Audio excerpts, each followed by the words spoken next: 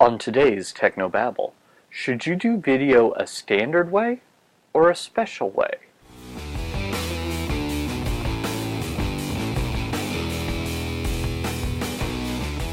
This is Tech No Babble, your weekly source for church video and graphics news, perspectives, tips, and tricks. And now here's your host, Paul Clifford.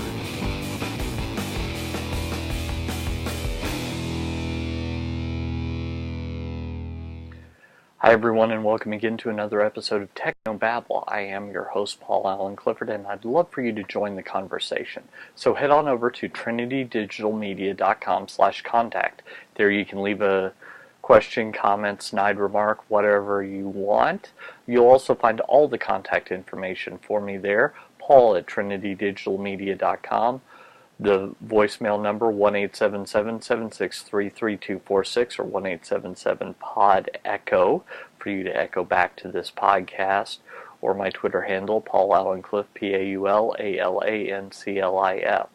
Any of those things are perfectly valid ways to reach me, and I would encourage you to do that. You can also leave a comment below this video. That's perfectly cool as well.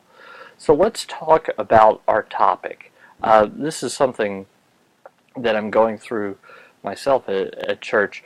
For a long time, we've done a non-standard way of doing video, and we've got a new technical director, not to be confused with the video person who presses the buttons on the switcher. Again, slightly non-standard. We've got a new technical director that is trying to standardize us, and so that got me thinking, well, what are the advantages of doing it in a standard way versus a non-standard way? And just so you know, I'm totally on board with what he's doing, and in fact the non-standard way is at least partially my fault. So let's talk about this, because I've got a little skin in the game either way. I see advantages on both sides. So first off, let's talk about the advantages of going with a more standardized system. So when I say standardized, think for your live production, but it could also be standardized in how you edit videos, how you put things together, etc. So in my mind, I'm talking about live production, but you can apply this to a lot of different things. So first, the standard method is tried and true. What do I mean by that? Thousands, hundreds of thousands of video productions every day, maybe more. I don't know how many videos are made every day, but a lot of videos are made every single day, and most of them use a similar method. If you take someone from New York and pop them into a situation at a local television station, a lot of times they'll be able to hit the ground running. And that's actually number two. Not only is it tried and true, but you can easily bring people who have experience into the fold. So if someone joins your church and they have a background in video production, they know what's going on if you're using a standard method.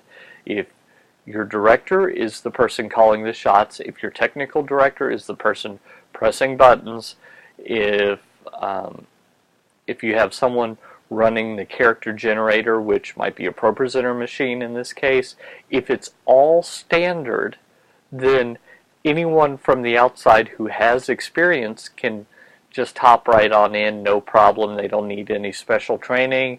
They don't need any time to acclimate.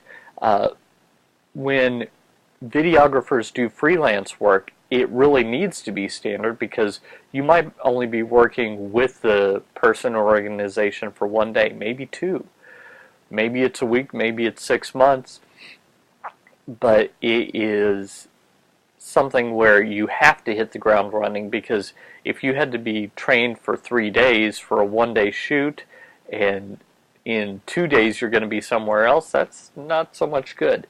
So a standardized system allows interchangeability. Think of it like Eli Whitney and the story about the rifle that had just boxes of parts, and he just reached in, grabbed a part, put it into the rifle, reached into the next box, grabbed a part, put it into the rifle, etc. Now that might be an apocryphal story, but if you think of the people that do this as the parts of the whole, it's easier to reach in and grab a standard one than to try and find a special one if you don't have a special one waiting in the wings. So that is absolutely an advantage. Thirdly, there are training resources that are already available. You don't have to make anything special. You don't have to have the leader go through everything that's special with the team. None of that stuff. It's just simple and easy. You can just pop people in, no problem. Next, you need to start and think, what are the advantages of doing a specialized system? Well, one advantage is you can test out new ideas easily. So if there's no language or no way of doing a new idea in a standardized system, no problem. If you're doing a specialized system, you can make something special for your situation. There aren't as many rules or commands or words that are used for pastor-specific situations in live television production, because almost no one is shooting a pastor. Almost everyone is shooting television news, a sitcom, etc., etc. So if your pastor does something specific that needs a specialized command, then you absolutely probably need to, instead of saying, okay, let's take a medium shot, but let's take it closer, because he's going to step back into the medium shot. See how many words there are? As opposed to saying, let's go with the pastor shot. So that could be an advantage of having a specialized system, is it can be very tailored to your needs. And on that level, once everyone is on the same page, you could potentially communicate better, because you don't need to go through all the trouble of describing something standard and then deviating from it. You can instead have a specialized thing that you're asking for, and people can understand what that is quickly and easily. And the third thing is, over time, you could potentially get better videos, because you can do things that aren't within the norm, and you could have those perfectly fine. So a shot that I got this weekend, I was up in the balcony for our camera 4. A shot I got this weekend was a shot that was a very wide shot that included a gobo that we've set up stage left and stage right on the side banks leading up to the balcony. Now, saying I need a wide shot from 4, wider so that it includes the gobo, pan left just a little bit more so that it includes that, that's a lot of words. But over time, when he said, hey, I need that wide panning shot, I knew exactly what he was talking about. So over time, I could do very quickly what he was asking, and I don't think that that was a bad shot. So I think that you could potentially get some really great things with your non-standardized commands. Now here are the negatives. The negatives to using the standardized system is that it can be rigid. So it's not as fluid as perhaps you need. The negative is that while videographers and people who've taken video classes in college and those who've worked in television, all those people are easy to get up to speed. You still have to train people that have never done video. You do. You have to get them up to speed, and it's probably no faster to get them up to a specialized system than to get them up to the standard system. So it's not necessarily helpful. Next, the resources that are available for a standardized system might contradict with one another, and there might be so many that you don't know which one to choose. So, for an example, this light behind my head, you see, you can see some of my hair back here. I've always called it a backlight. I've also heard it called a hair light because it illuminates your hair to separate you from the background. I've also heard it called a kicker. I don't know why it's called a kicker unless it's that you could accidentally kick it if you're not paying attention. So, unless you know all three of those terms, the first time I heard someone say, yeah, we could use this as a hair light, since I'd always called it a backlight, this was a couple of years into video, into me doing professional video. Since I'd always heard it called that, I was confused. So, standard doesn't necessarily mean that everyone speaks exactly the same language. It just means that you're going to get more common communication. So that's the negatives to using a standard system. The negatives to using a specialized system is sometimes you're reinventing the wheel. And what you're also doing is you're going to, at least on some level, exclude seasoned video folk. So if you get someone new on the team, or let's say you have a special event and you have to hire someone, and the way you do it is totally different, it's going to exclude people.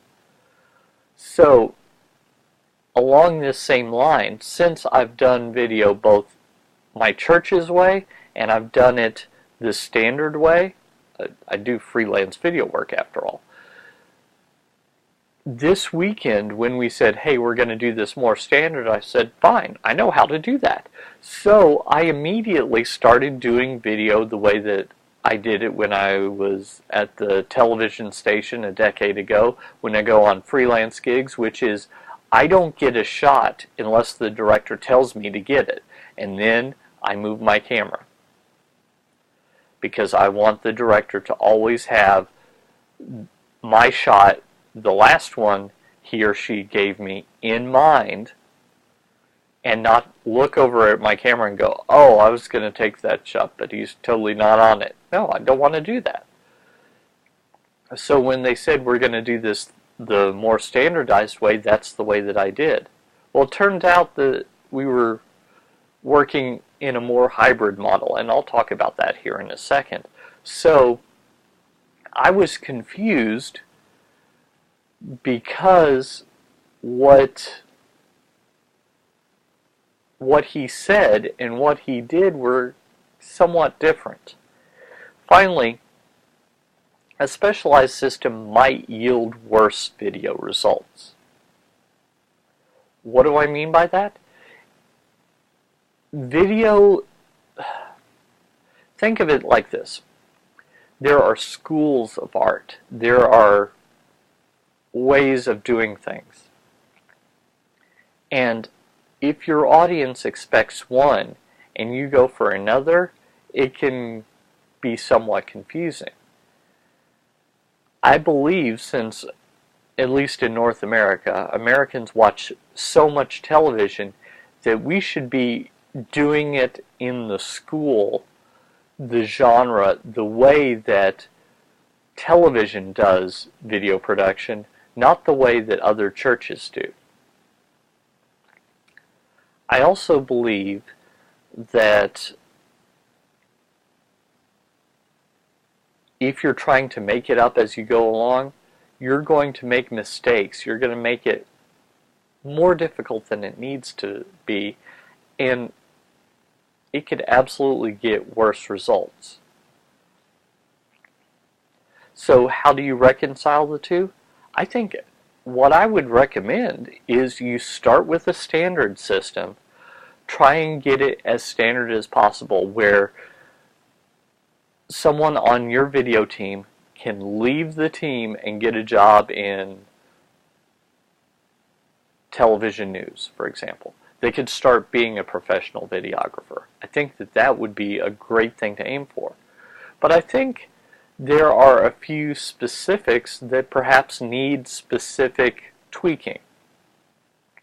So what do I have in mind? One thing that we do during worship especially is we let the camera people run with different shots a little bit more. And when our technical director said that he was going to start calling shots, again, non-standard titles are a bit confusing. So when, let's just call him Josh, because that's his name. When Josh said that he was going to start calling the shots, I, of course, defaulted to, I'll make whatever shot you want. And he was actually saying, I will direct shots that you take if I don't like what you take. So he created a hybrid model, but I was thinking that we were going for a more standard model. Other people didn't have this issue because they only know the specialized model. So this was, to them, they heard, okay, I will get exactly what I normally get unless I'm told otherwise. I heard, do what you're told, and that's what I heard, period. So I think when you go for a more hybrid model, you need to be extra communicative, especially if you have a mixture of people on your team. Now, there aren't a lot of professional videographers on your team, so for me, I was the exception, and I just rolled with it, and eventually I got it going. But I was doing the best that I could based on what I was asked for, but I didn't understand what I was asked for. So what you want to do is start with the standard method and then add any tweaks that you need to make it better and go from there. Now, I should say the reason that we used the specialized method that I told you about earlier, where camera people have more free reign, is because I was having trouble with my mental bandwidth to call shots, press the appropriate buttons, and make that all happen. So instead, what I told my camera people to do, this was back 7 years ago, yeah, probably 7 years ago, as I said, why don't you try and be my eyes? So you be more fluid in the shots that you take. Always try and get good shots, and as soon as I break away from your shot, get a different shot, but I won't necessarily call them unless I need them called.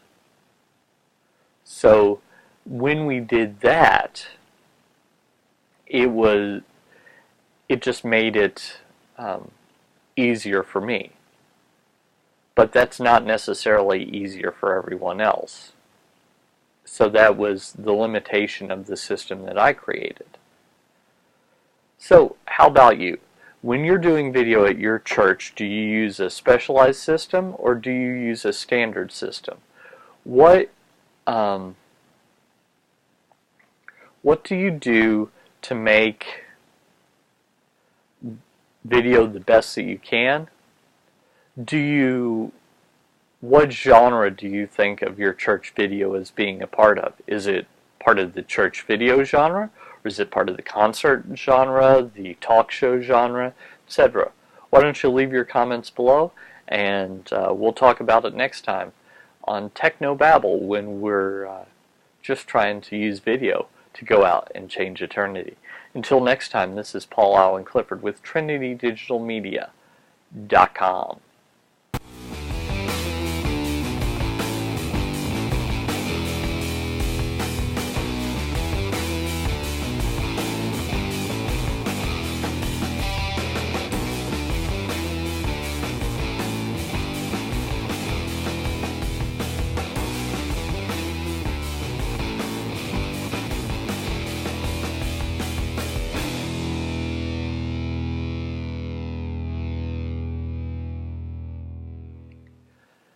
Technobabble and all the TrinityDigitalMedia.com, ChurchTechCast.com shows are generously provided for by viewers like you.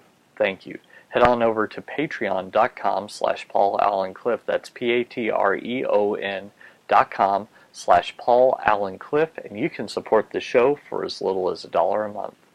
Thank you. You help make this and all the shows possible.